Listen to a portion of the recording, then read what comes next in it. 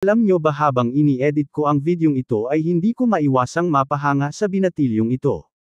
Gwapo na, at sa murang edad, naging YouTube star kasama ng kanyang kapatid na si Niana at kumikita na ng sobrang laki.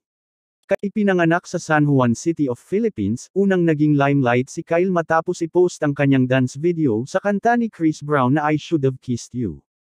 Matapos makita ang tagumpay ng video at ang hilig ni Kyle sa pagsasayaw ng maaga, ipinatala siya ng kanyang mga magulang sa isang workshop.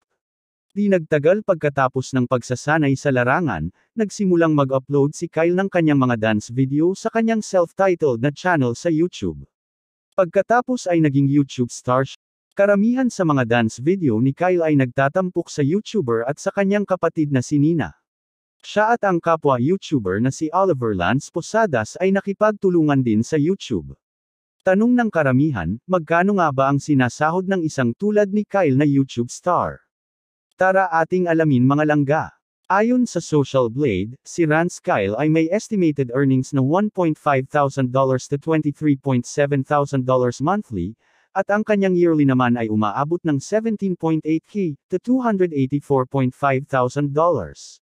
Again, uulitin ko mga langga, estimated pa lang yan ang kanyang earnings sa YouTube, hindi pa kasali ang ibang social media platforms and other source ng income nila. Kung nagustuhan nyo ang video natin ngayon ay baka pwedeng makahingi naman ako ng mga likes nyo dyan, at huwag kalimutang mag-subscribe. Maraming salamat po, shout out sa aking mga new viewers and God bless, peace out.